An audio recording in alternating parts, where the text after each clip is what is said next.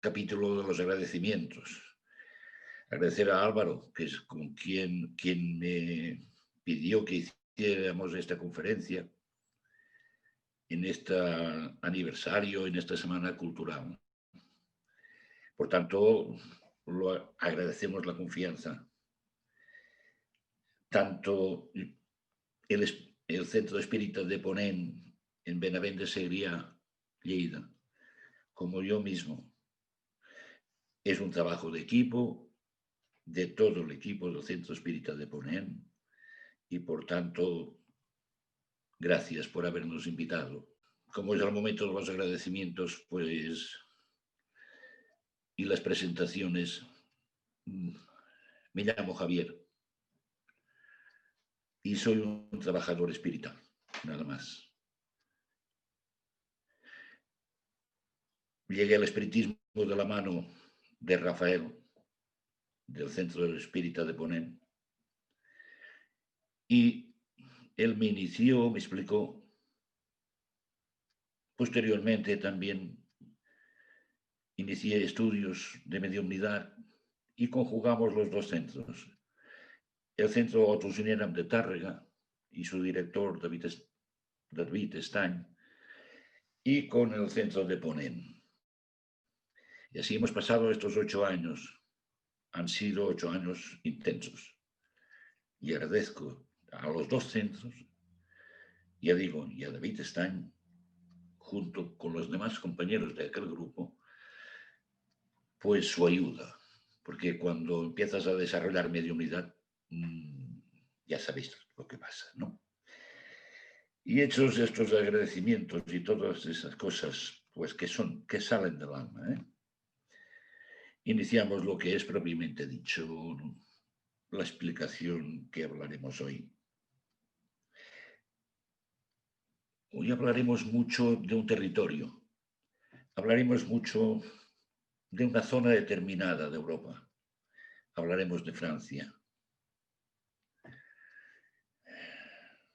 Francia es un territorio singular, casi como todos, pero tiene singularidades especiales.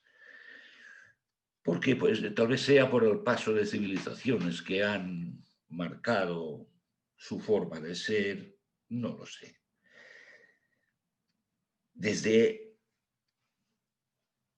200 años antes de Jesús, aquello estaba formado por 25, 30, 40 tribus conocidas y otras que no se ha sabido que han existido.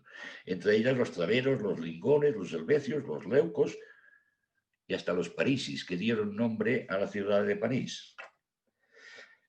Pero ocurrió que vino Roma en el año 50 antes de Jesús, alrededor del 50, y trajo consigo también la cultura griega. Y trajo consigo también la muerte, la desgracia, la desesperación, pero también cosas buenas: filosofía, arquitectura, cuerpo legal, idioma y un montón de cosas que ya sirven para marcar lo que es Francia. Posteriormente, la venida de Jesús, y de la mano de la Iglesia Católica y de las demás iglesias cristianas, pues también trajo la moral, el amor, la fe, la caridad. También influye.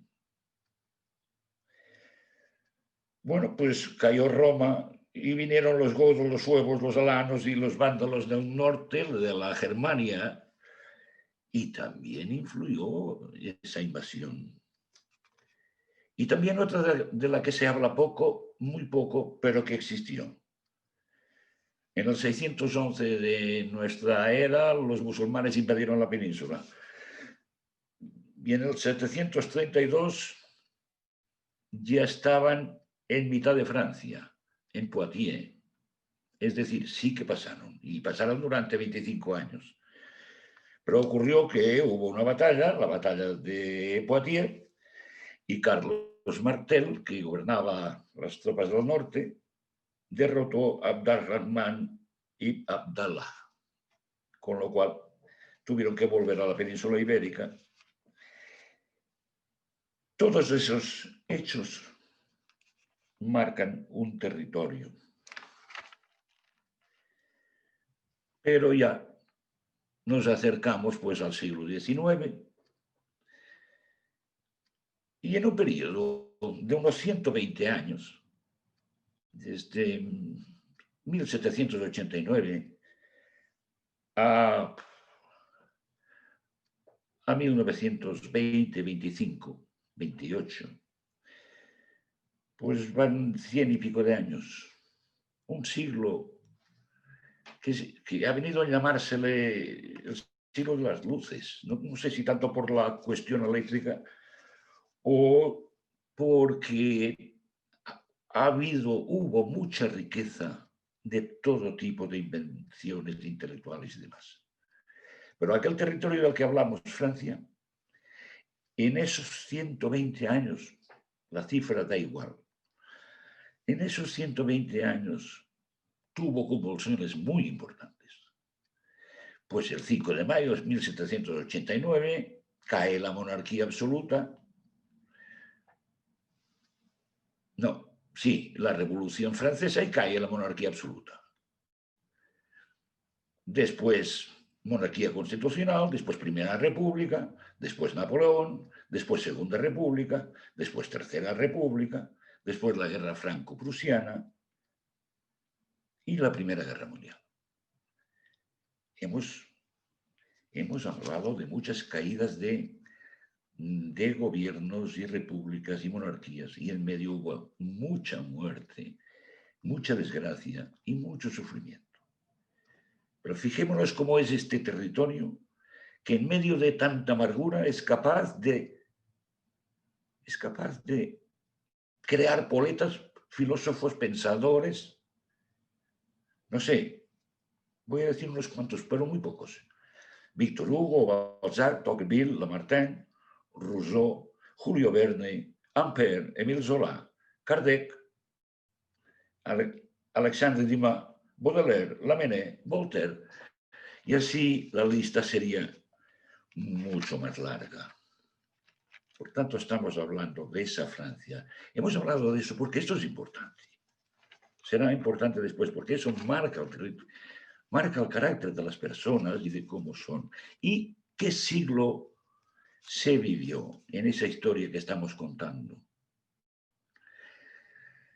La historia está en la ciudad de Tours, a 230 kilómetros más o menos de París, al sur de París, en el Valle del Loira. Es un martes 12 de abril. Allá a la 1 del mediodía hay un anciano tumbado en una cama y apenas si puede respirar, respira con dificultad. Habla poco, pero tiene fuerza para decir, es necesario para terminar el resumen y la conclusión. Y la señora que le cuida dice, mantenga la calma, todo está bien. Él dice, no, él dice, ya sé que todo está bien. Pero envíe a Meyer el día 15. No dijo nada más.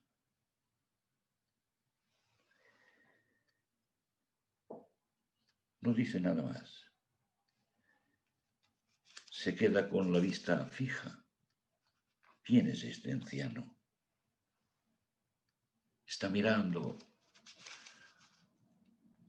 al techo tal vez. Solo puede apretar la mano. No puede hablar. Pero tiene el semblante sereno. No parece que sufra. ¿Qué estará pasando por sus ojos?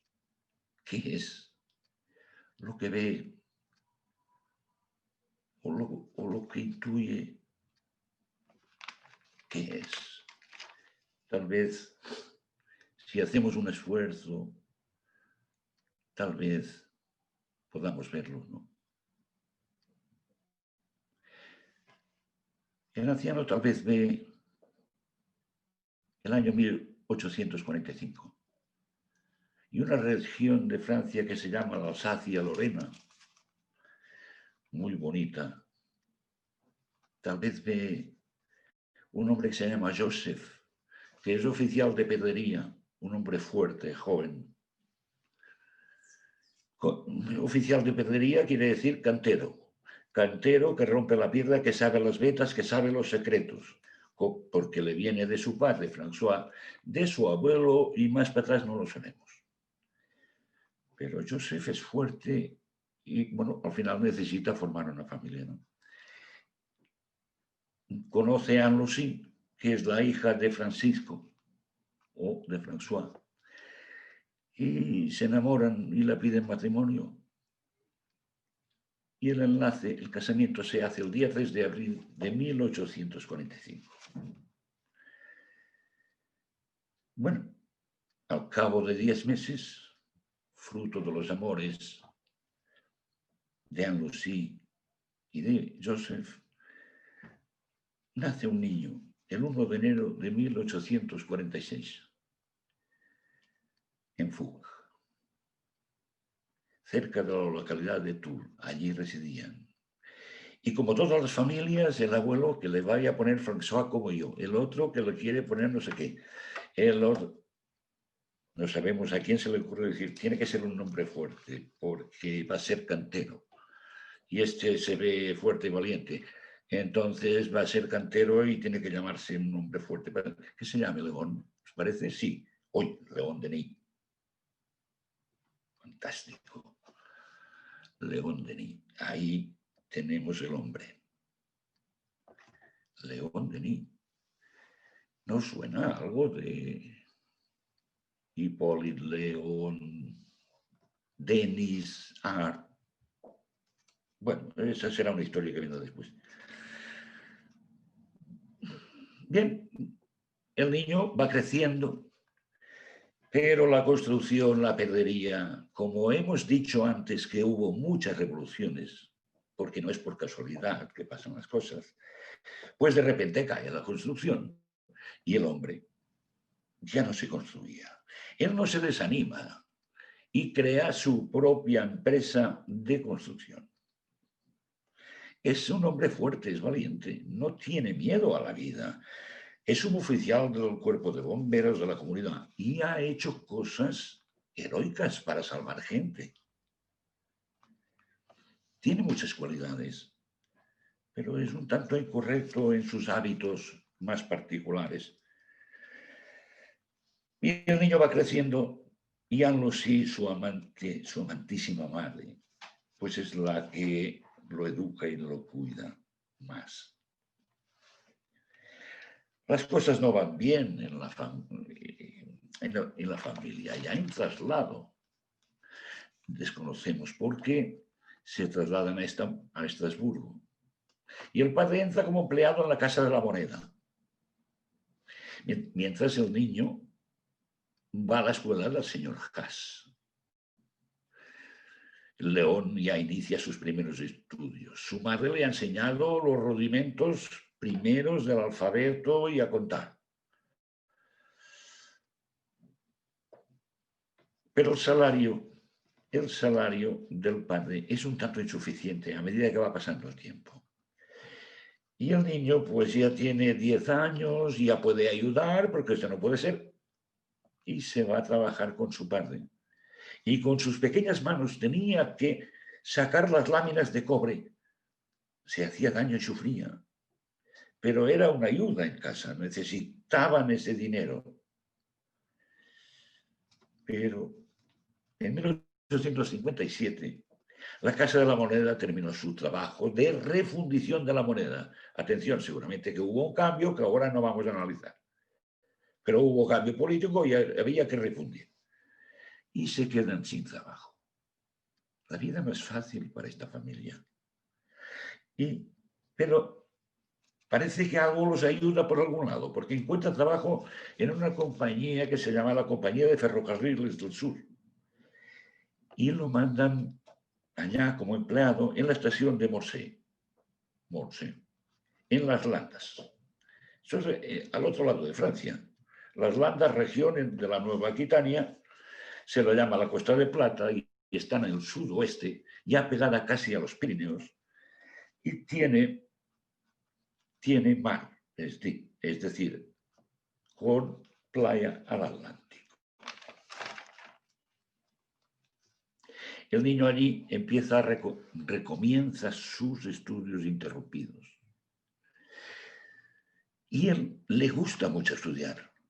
Y tiene una suerte en este caso, que todo lo que venía atrasado encuentra un profesor, del cual no he podido contar el nombre, que tiene una manera muy singular de transmitir. Se lleva a los niños al bosque y les enseña en el bosque, les explica la naturaleza y les explica aquello que ahora llamamos la causa-efecto, ¿no? Pasa esto por lo otro. Y el niño es muy precoz en el estudio, es muy bueno. El profesor también es muy bueno porque fue enseñado por un pedagogo del siglo anterior, Jean-Jacques Rousseau. Este sistema de enseñanza diferente, ¿nos suena de algo? Este sistema de enseñanza diferente, estamos en 1857, y en alguna parte de Francia hay un señor que se llama Hippolyte, que también tuvo una enseñanza de este tipo, parecida en la distancia, ¿verdad? Bueno, Joseph es el jefe de la estación de Morse y lo cambian. Lo cambian a la estación de Mouche. Es un ascenso, es importante. Él quiere crecer. Bien. Y ocurre que su padre a veces se despista del trabajo y es el pequeño León, aparte de estudiar, el que tiene que suplir las fallas de su padre. Estamos en el año 1861. El niño ya tiene 12 o 13 años, ¿verdad? No, 15. En ese año ocurre una cosa singular. Es el 9 de octubre de 1861.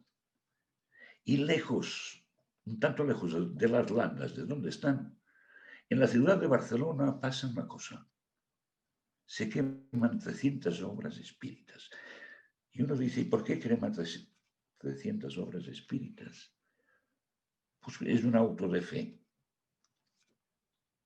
León tiene en aquel momento 15 años. Posiblemente no se enteró de lo que había pasado, pero luego sí se enteró.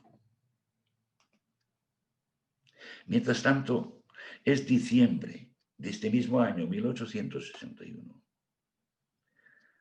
Es invierno en París. Estamos en la calle de los Mártires, número 8.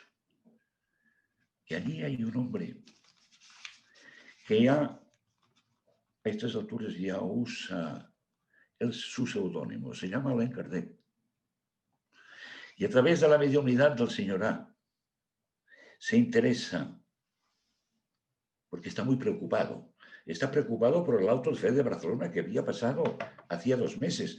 Entonces ocurre, está preocupado y pregunta al medium, es el medium de confianza de Allan Kardec, ¿quién me sucederá cuando yo me vaya? ¿Qué vendrá a ser del espiritismo? ¿No? ¿Podéis decirme si la elección de mi sucesor estuviera hecha? Estar sí lo está, responde el medium. Pero el hombre dispone de libre albedrío, puede en el último momento retroceder.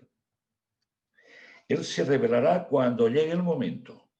No podrá apartarse del camino trazado por Kardec. Su tarea será penosa, pues tendrá que sustentar luchas muy fuertes. Kardec fue el encargado de la concepción y él será el encargado de la ejecución. Por eso deberá ser hombre de energía y de acción. Kardec posee las cualidades que serán... Kardec no posee las cualidades que serán exigidas a su sucesor. Tendrá que tener fuerza del capitán que maneja un navío. Tendrá que tener ciencia. Estará libre del trabajo de creación de la obra, pero tendrá la libertad para aplicar todas sus facultades en el desarrollo y la consolidación de este edificio. Será indispensable que dé pruebas de su capacidad de devoción también. No podrá dejarse llevar por la ambición ni por el deseo de hacerse más grande. Y acaba la sesión, pero Kardec sigue preguntándose, ¿pero quién? Esta vez la familia tiene otro cambio. Es 1862. Nuestro León, valga la expresión, nuestro León, sí, ya tiene 16 años y está dando clases nocturnas en Tours. Él trabaja y estudia cartografía, porque le gustaría entrar en la administración del ferrocarril, pero al mismo tiempo geografía universal, sin contárselo a nadie. Se gasta el dinero de los suplementos que puede sacar de aquí y de allá en comprar libros. Sus ahorros van creciendo y él los esconde hasta que tiene suficiente dinero para comprar un libro. Pero su madre se los encuentra. Y entonces ocurre que su madre necesitaba algo para la familia y le da otro uso al dinero. La buena mujer nunca, supongo que nunca supo el disgusto que León se llevó con esto. Pero mientras tanto el hombre encuentra trabajo en una casa importante, en Tours. Tours es una ciudad importante. Y en una casa en la que se dedican a las pieles, trabajan la piel. Es la casa Pile. Y el hombre, pues, es un empresario. El niño, el joven ya, como lo han visto inteligente a través de los maestros y demás, pues se encarga de la correspondencia y la contabilidad de esa empresa. Mientras tanto, sigue con la geografía, la historia, las ciencias naturales. Estudia los filósofos. Tiene inquietud y no sabe por qué. Porque, claro, los dogmas filosóficos dicen que esto va así, así, así, así. Y él dice, ¿y eso por qué tiene que ir así? Pero no encuentra respuesta. Él buscaba. Se preocupaba de problemas que normalmente el hombre solo se preocupa muchos años más tarde. Yo, por ejemplo, sin ir más lejos, ¿verdad? Y estamos en el año 1864 y sigue estudiando. Y en este año la Iglesia Católica indexó el libro El Evangelio según el Espiritismo como libro prohibido en el Index Librorum Prohibitorum. León Denis, en ese momento, seguramente que no se enteró tampoco de eso que después tendría su importancia. Pero él, en los años más ingenuos, los jóvenes, pues en la edad de 18 años, pues buscan las diversiones, lo normal. Él buscaba la sabiduría. Y una de las cosas que le gustaba era ir y mirar los escaparates de las librerías. Parecía que veía aquello y dice, un día lo tendré esto, pero tengo que ahorrar. Y me da. Y un buen día vi un libro que se llamaba El libro de los espíritus. Y lo adquirió. Le pareció que a ver qué le podía enseñar. Y se entusiasma con el libro. Y dice, entre comillas, he encontrado en él una solución clara, completa, lógica del problema universal. Mi convicción se ha sellado. La teoría espírita disipó mi indiferencia y mis dudas. Dios, alma y vida futura. Entre comillas también es suyo. Leí el libro con avidez a escondidas de mi madre, que controlaba desconfiada mis lecturas. Pero ella había descubierto mi escondite y a su vez también leía el libro. Nosotros ahora mismo desconocemos quién acabó primero de leer el libro. Ella a la madre le gustó y se convenció como él. Por aquellas fechas el entusiasmo era general en Francia. Y, bueno, y en América también, pero singularmente en Francia. Émile Girardin iniciaba en Guernsey a la familia de Víctor Hugo. Vacquerie, que era un periodista que escribía en un periódico que se llama Las Mies de la Histoire, las mieses o las semillas de la historia, escribía novelas, escribía cosas de espiritismo. Intervenían Victorien Sardou, Théophile Gautier. En Tours, pues hacía 3 años que ya funcionaba una casa espírita, digamos, un centro espírita. Estamos en 1865. León Denis tiene 19 años. Este grupo está presidido por el doctor Schubert. Se hacían experimentos allí. Y León Denis fue a ver qué pasaba y se incorporó en ese grupo. Y otra vez, entre comillas, como tantos otros, busqué pruebas, hechos precisos que confirmasen mi fe. Pero esos hechos tardaban en venir. Al principio eran insignificantes, contradictorios, mezclados con embustes, mistificaciones. No me satisfacían. Ya habría renunciado si no estuviera la teoría sustentada en una base sólida y de principios elevados.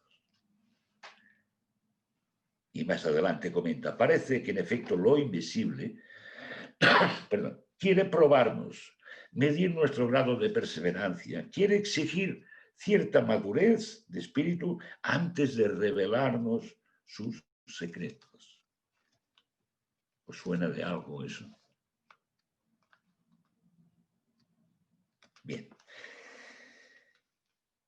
Nuestro hombre tiene 21 años y es el año 1867. Y en este año el señor Allan Kardec visita Tours, la ciudad.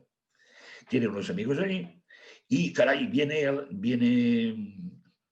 Allan Kardec, tenemos que escucharlo.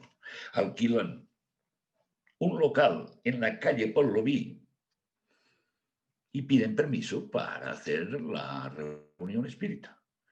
Otra vez los temas administrativos, políticos que hemos comentado antes. A última hora les es denegada el permiso, con lo cual tuvieron que buscar la casa de unos de los miembros del centro y fueron a la casa del señor Rebordin en la calle Santier. Y allá en el jardín, sin más historias, de pie, encima de la hierba, Allan Kardec les hablaba bajo la claridad de las estrellas, de noche a la luz de una especie de quinqué, bueno, lo que funcionara en aquel momento. Dice León Denis, Allan Kardec producía un aspecto fantástico. En el año 1867, este año, en este mismo año, pues lo vio 2 veces más en la calle de Saint-Anne, en París, y después en Bonneval. Bien. En todo caso, con las conversaciones con Allan Kardec, y fue madurando, y dice que comprendió que es peligroso entregarse a la experimentación espírita sin preparación, sin protección eficaz. Y esos ejemplos me hicieron reservado en tales materias. Son sus palabras. Otra vez digo, ¿nos suena de algo eso? Pues claro. Es 31 de marzo de 1869 y muere el cuerpo de Allan Kardec. León tiene en estos momentos 23 años. Pero al empezar esta historia, hemos hablado de que en 1870 no habría paz en Francia. En 1870 hubo la guerra franco-prusiana. Siendo Napoleón III el que gobernaba Francia, hay un enfrentamiento. Victoria de Prusia. Pero mientras tanto, nuestro León Denis, pues, a pesar de haberse librado del servicio militar, porque tenía la vista no muy bien, se enroló como voluntario, porque dijo que él podía hacer cosas en la retaguardia. Y efectivamente, en 15 días aprendió el manejo de las armas y a los 6 meses era sargento y teniente. Él estuvo en La Rochelle y entonces allí había un militar que se dedicaba, un militar compañero, que era medium y junto con otros compañeros intentaron la mediunidad. Y el día 26 de febrero de 71, reciben una comunicación del medium que dice: mis amigos, un acontecimiento solemne se realiza ahora, según el deseo de los hombres. Es la paz que acaba de ser firmada y dentro de pocos días podéis volver con vuestras familias y os abrazarán. En algunos años, Prusia, a su vez, será derrotada y humillada. Orad, orad mucho. Firmaba ese comunicado o esa comunicación Lamennais. ¿Nos suena Lamennais? En la codificación, en el libro del Evangelio, Robert Félicité de Lamennais, nacido en 1782, fallecido en 1854, sacerdote, teólogo, filósofo, político también, disidente a pesar de ser sacerdote de la Iglesia Católica. Sus obras, Palabras de un creyente, ruptura con la Iglesia. Su obra, Libro del Pueblo, le costó 1 año de cárcel. Y otros problemas con otro libro que se llamó De la esclavitud moderna. A su muerte pidió ser enterrado sin ningún rito. Su cadáver fue echado a la fosa común con el número D de Dinamarca /53 en el cementerio de Père-Lachaise en París, justamente donde está también Alain Kardec. Pero Lamennais en esa comunicación dice en el último párrafo: Prusia será derrotada y humillada. Prusia se refería a Alemania, porque Prusia desapareció como sujeto político. Se incorporó a Alemania posteriormente y estaba anunciando la Primera Guerra Mundial, ese comunicado, la del 14 al 18. Muy bien. Mientras tanto, León Denis, a estas alturas ya conoce a sus guías. Uno se llama Durán y otro se llama Sorella. Bien. Acabando la guerra, regresa a la Casa Pile, reanuda sus funciones interrumpidas y tiene que alimentar la familia porque el padre había dejado completamente de trabajar. Él comunica muy bien con la gente, es un buen orador y enseguida, desconocemos por qué razones, tal vez lo hablaremos después, pues la logia masónica de los demófilos lo atrae de alguna manera y a sus 25 años empieza a a hablar para los demófilos de filosofía. Bien. Mientras tanto, el capitán Harman y el medium doctor Agosoli tienen un grupo que se llama el Grupo de la Calle de Signa. Bajo su influencia, pues León Denis ya se convirtió en medium escribiente y también medium vidente. Sus guías, como he dicho, eran Sorella y su espíritu guía era Durán, se lo llamaba Durán.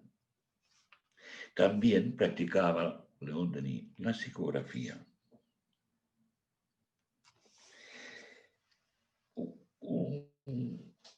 Un puntito de Sorella dice: ahora prepárate para las tempestades, pasarán, porque nada harán contra vosotros. Trabajo, coraje, esperanza, le repetía Sorella, que esa sea tu divisa.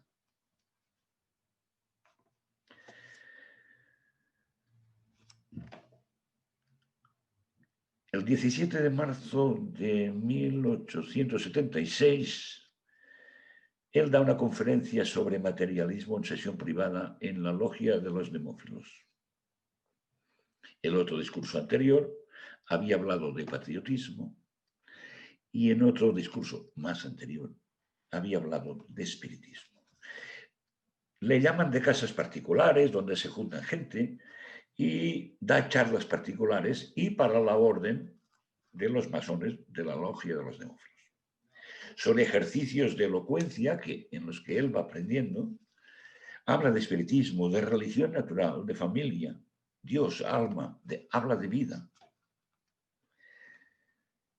Bueno, pues la vida seguía. Y entonces él seguía trabajando en la Casa Pinet. Propuso a la casa que hicieran comercio en las ciudades de alrededor, y tan de alrededor como que en el año 72 ya se había ido a Londres. Pero les propone a la casa que hay que ampliar, que hay que vender cosas más allá de las fronteras.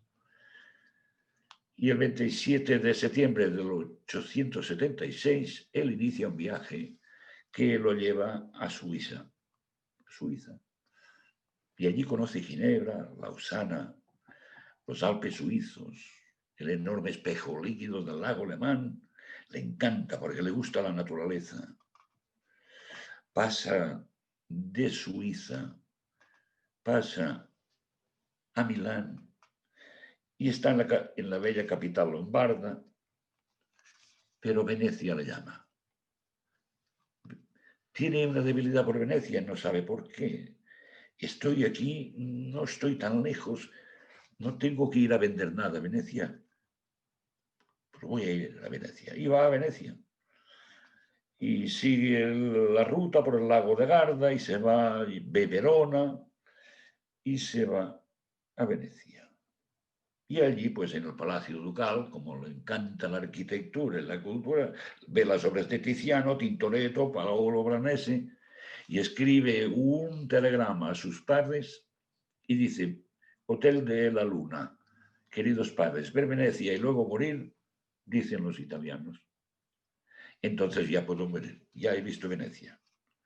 Sí, Venecia es hermosa, es la más cautivadora ciudad que he conocido.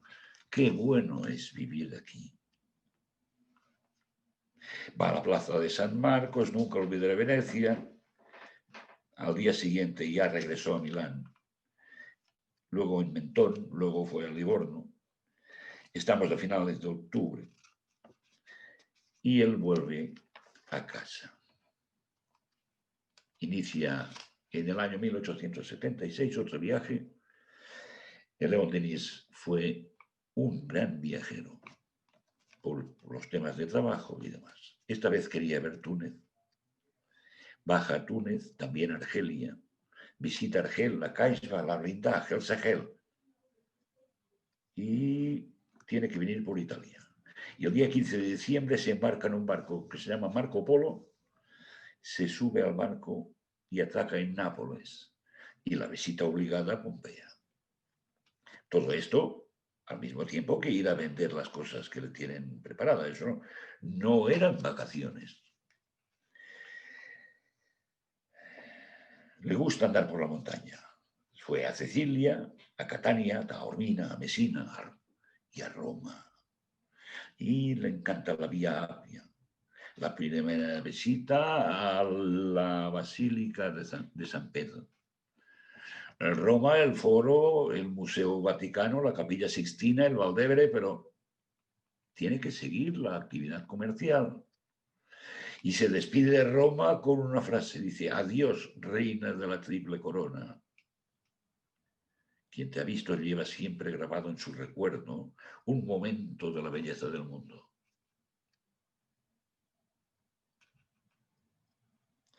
En uno de estos viajes debía ir a Barcelona.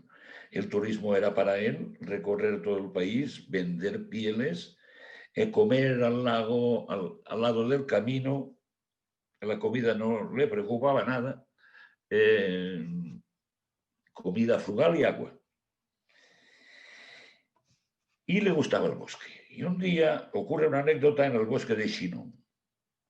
Él está paseando, meditando, y escucha ruido de perros, cazadores, y de repente se encuentra cara a cara con un reno, bueno, con un animal, y se miran los dos. El reno pasa por su lado, o el ciervo, lo que fuere, y nada, llegan los cazadores y le dicen: ¿usted ha visto el ciervo? Dice: sí, sí, lo he visto, sí. ¿Y por qué no lo ha espantado para que viniera a nuestro encuentro y lo pudiéramos matar? Y él lacónicamente dice: evité hacerlo. Y se reía por dentro ante el disgusto de los cazadores, porque él no era hombre de matar animales. Y bueno, así vamos siguiendo en ese paso por la vida de León Denis. Tours, 1878, y él tiene 32 años. Bien, el representante de la Liga de Educación. En aquel tiempo se creó en Francia, visto que no había manera de enseñar a los niños a leer y escribir, se creó en todo el país. Otra vez digo lo que he dicho al principio. Estaba todo convulso había gente capaz de crear. Y los intelectuales dijeron que había que hacer la escuela laica, independiente y gratuita. Y entre ellos estaba nuestro León Denis, en la parte que le tocaba, en Tours. Y lo propusieron como secretario. El director era el doctor Bell, y lo propusieron como secretario de la Liga esa de la Educación.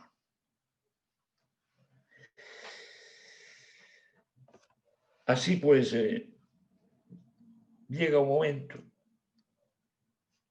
momento que a nuestro León Denis, su amigo político, Joan Massé, le dice: mira, tienes que venir a la política conmigo, porque con lo que hablas tienes que ser político. Y él se resistía, y el otro dice: mira, te aseguro que no soy el primero en pensar en tu candidatura al Senado o al Parlamento. Pero a León Denis le pasaba una cosa. No tenía ambición política.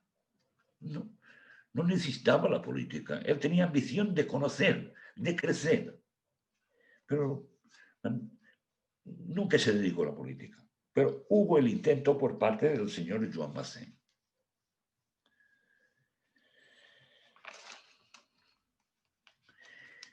Y mientras tanto, en 1882, y tenemos que el hombre ya tiene 36 años, pues la caída política para otro lugar, porque hubo muchos cambios, el materialismo y el positivismo y y muchos ismos más invaden la universidad, el idealismo está despreciado, el espiritismo es objeto de burla, cualquier cosa que sea espiritual es ridiculizado y tratado de aniquilar. Y así Juana le dice en un comunicado: valor amigo, siempre estaremos contigo para sostenerte e inspirarte. Nunca estarás solo. Esto significa que se te dará el tiempo para cumplir con tu trabajo.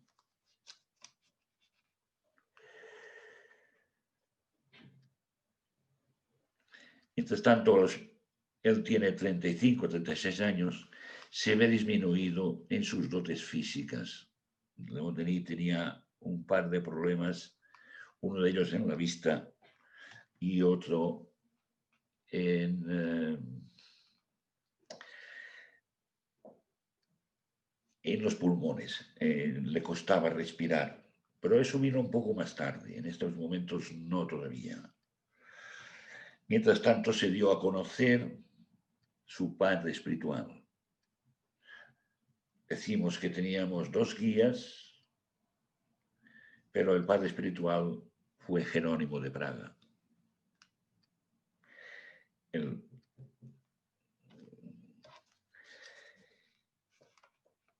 Jerónimo de Praga, pues, el discípulo de Jan Hus, era discípulo de Jan Hus, había sido quemado vivo como su maestro, por orden del concilio de Constanza.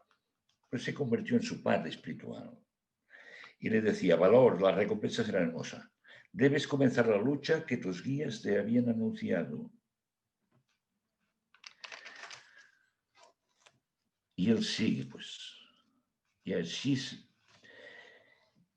llegamos a 1885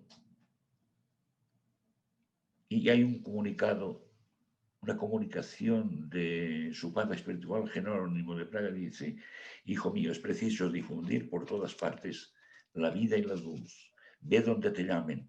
Coraje, hijo mío, no te perturben los mentirosos. Adiós, hijo mío, yo te bendigo. En 1886, León pierde a su padre. Él estaba de viaje, interrogó a su guía para ver qué tenía que hacer, porque no podía asistir a su padre. Y el guía le dice: no renuncies a nada de lo que es útil.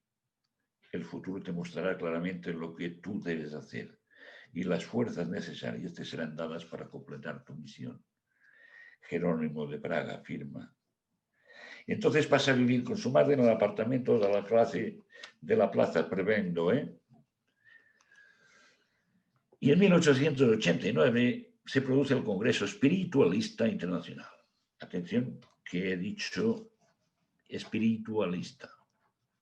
En este congreso hay un aerópago, un montón de escuelas allí, los cartecistas, los seguidores de Swedenborg, los teósofos, los cabalistas, están allí los rosacruces y seguramente que más gente, ¿no? Él dirige la sesión inaugural y fue a cargo del Jules Lermina. Bueno, hubo fuertes desacuerdos, no podía ser de otra manera. Y dijo el presidente, unas palabras del presidente Jules Lermina: no habéis de creer en un Dios que no se pueda tocar o aprender. Era una idea un tanto panteísta o una cosa.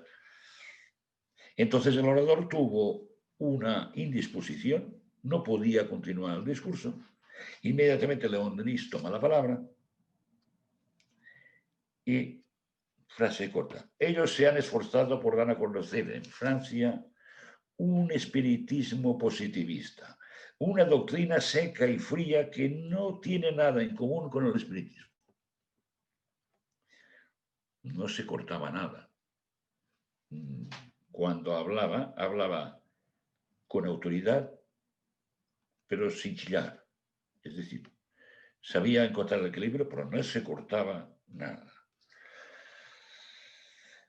La revista L'Etoile de la zona de este congreso destacó las apasionadas improvisaciones del señor Denis, que habló durante más de 30 veces, siempre con la misma ilusión y con el mismo éxito.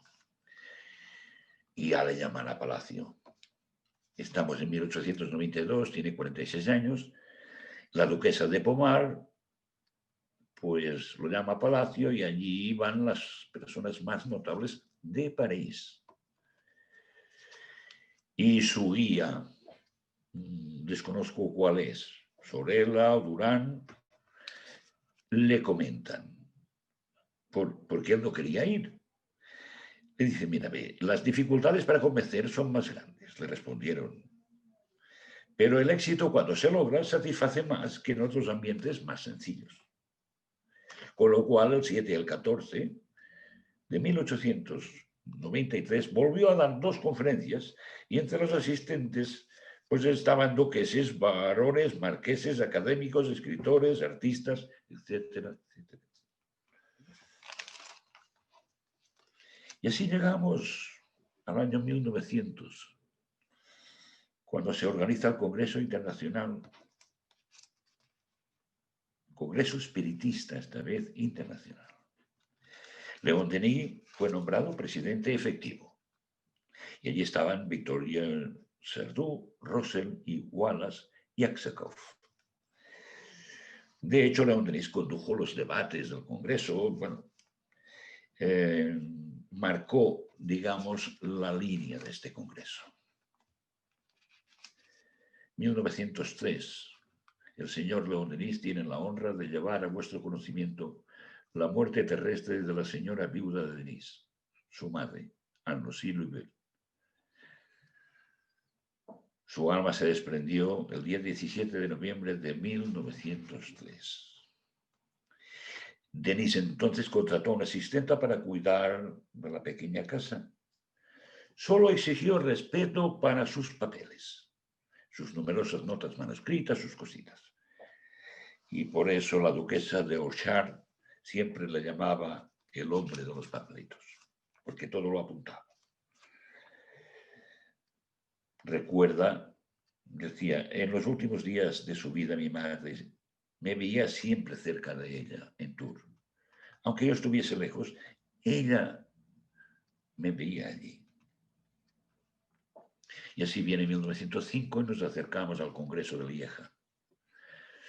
Los espiritistas belgas recibieron en Lieja y fue presidente honorario el que ya empezaron a denominar el apóstol del espiritismo, ¿verdad? Allí sus palabras cortitas, creo que puede decirse que el espiritismo ha sido llamado a convertirse en el gran libertador del pensamiento durante tantos siglos esclavizado. Y tranquilizó a aquellos seguidores decepcionados por la aparente lentitud en el progreso espírita. Atención a eso. Estamos impacientes porque nuestra vida es corta. Sin embargo, ya podemos decir que el espiritismo ha hecho más en 50 años que cualquier otro movimiento del pensamiento, no importa en qué momento de la historia. Es decir, tranquilizó a la gente decepcionada porque no adelantábamos lo suficiente. También nos debe sonar de algo, ¿verdad? Nada nuevo ocurre, nada nuevo ocurre. Y aquí hay un capítulo, que tengo una serie de notas, porque si no, no me puedo acordar de todos los hechos y tal. Aquí hay un capítulo un tanto desagradable que se le ha venido a llamar el caso Miller. Ocurrió en 1906. No puedo dejar de nombrarlo, pero la historia es muy larga y el tiempo que tenemos es muy corto. Es decir, el caso Miller. Miller era un hombre de origen francés que residía en San Francisco, California. Y era un medium.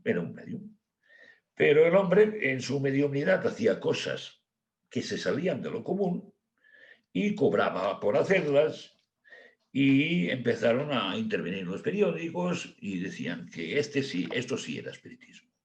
Lo otro que hacía León Denis, no, y los demás, ¿no? Y el Delaine y tal. Y hubo una fuerte polémica.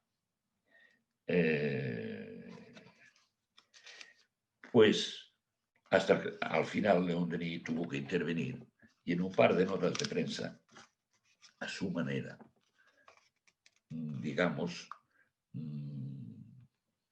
dejó que los periodistas a este hombre ya no lo escucharon más.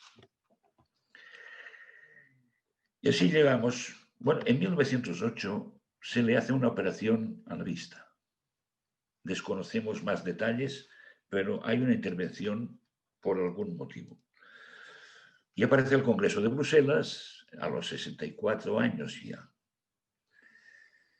Él allí da uno de los discursos más notables de su vida, titulado La misión del siglo XX. Ya estamos en el siglo XX. Y así nos llegamos al Congreso de Ginebra, 1913, 67 años tiene, y pues él hace de presidente del Congreso, que hace de presidente de la final al señor León Denis. No, él hace la presentación. El presidente se llama Charles Piguet. Y así vamos a situarnos en el Congreso de 1925, que organiza Jean Meyer el 10 de septiembre, discurso de apertura. Pero mientras se preparaba este congreso, le decían que él tenía que presidirlo. Y él a su interlocutor le dice: ¿cree, amigo mío, que voy a presidir congresos perpetuamente? Tengo 80 años, congresos ya presidí muchos. Para mí es una cuestión terminada y bien terminada. Sin embargo, había que tomar una decisión. Y Jerónimo, su padre espiritual, le aconsejó que fuera. Entonces, en una reunión, en una sesión mediúnica con Jerónimo, él dice: si yo no puedo ir porque ya soy viejo y me puede sustituir Flammarion, lo puede hacer perfectamente. El medium después le dice: Flammarion no estará. Y él dice: ¿cómo que no estará? No, Flammarion no estará. Y se acabó la reunión y Flammarion no estará. Pero es que 3 meses antes de empezar el congreso, que era en septiembre, Flammarion dejó el cuerpo. Por tanto, ya estaba anunciado. El Congreso reunió a representantes de 24 naciones. Ahí creo que tenemos las fotografías. Hay una fotografía extraordinaria del lugar del Congreso y de León Denis saliendo de la puerta de. Este Congreso reunió a 24 naciones representantes. Hubo 60 periódicos acreditados para explicar el evento.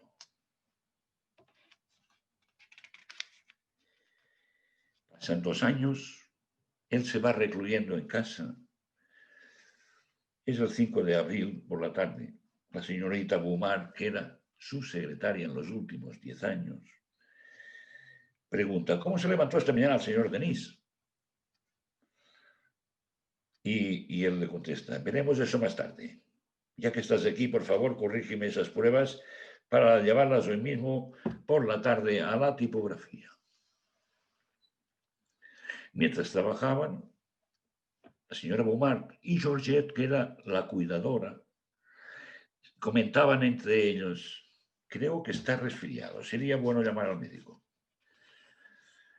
El maestro sacudió la cabeza negando: pero si pasó mala noche. A lo largo del día se quedó en la silla, parecía que se había recuperado, y el día 9 el médico confirmó que era neumonía, tema, como hemos dicho, de pulmón. es el martes 12 de abril, perdón. Es el martes 12 de abril a las 13 horas. Tenía dificultad en respirar. Dijo en un momento determinado, es necesario para terminar el resumen y la conclusión. Y la secretaria, señora Bomar, le decía, mantenga la calma, ¿está todo bien? Está todo bien, dice, ya sé que está todo bien, ya sé que está todo bien. Pero envié a Meyer el día 15 y estas fueron sus últimas palabras. Sus ojos se quedaron abiertos.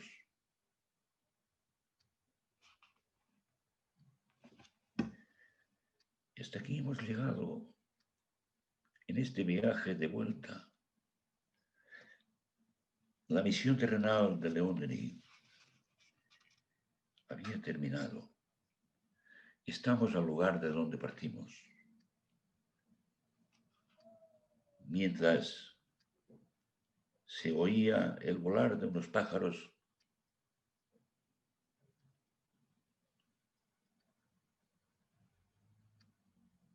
que tal vez llevaban algo que no podemos ver.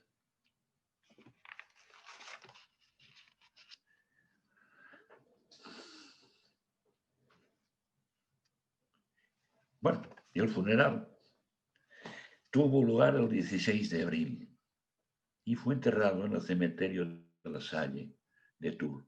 Justamente aquí está, aún se puede, bueno, el que lo visite podrá verlo, el túmulo de León Denis. En ese entierro, pues fueron amigos, conocidos, quien quiso ir. Alguien pronunció unas palabras, pero es que andamos mal de tiempo.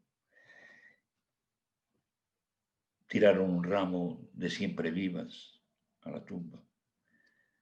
Y mientras se retiraban las campanas de Pascua,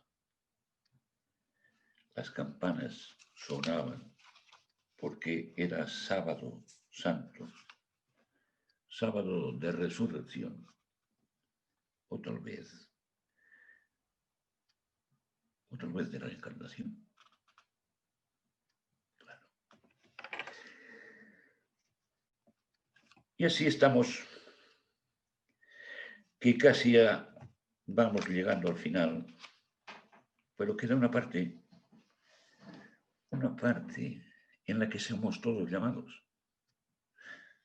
Sí, porque él hizo un testamento. Y nosotros podemos imaginarnos ese testamento que dijera, que nos llamara un notario imaginario, imaginémoslo todo. Un notario que dijera, a ignorados herederos de León Denis. Bueno, lo dejo todo, mis obras caerán en el dominio público. He cortado la parte de arriba porque no hace falta. Intervenía el señor Meyer como administrador, pero al final sus obras son del dominio público y todos los periodistas podrán reproducirlas, con la condición de conformar escrupulosamente el texto de cada última edición bajo el control y supervisión de mis ejecutores testamentarios. Por tanto, queridos amigos, si bien no hemos podido entrar en profundidad, porque eso requeriría 6 conferencias, en la vida de León Denis, que hay mucho, créanme, que conocía a León Denis, no, yo ahora lo he descubierto. Esa es la verdad. Yo había leído 3 libros de León Denis y me encanta, me gusta, pero ahora he descubierto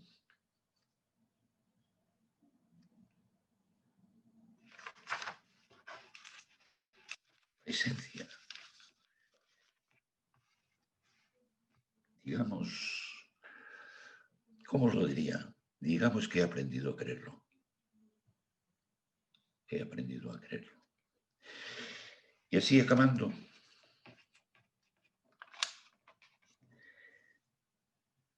antes de acabar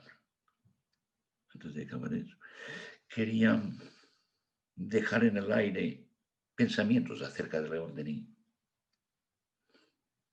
Claro, pensamientos, ¿eh? No son preguntas. Es decir, reflexiones tiradas al aire como el confeti, así. Infancia muy dura. Yo diría que hambre no pasó, pero dura. El tiempo del siglo XIX y el XX que le tocó vivir muy duro en Francia.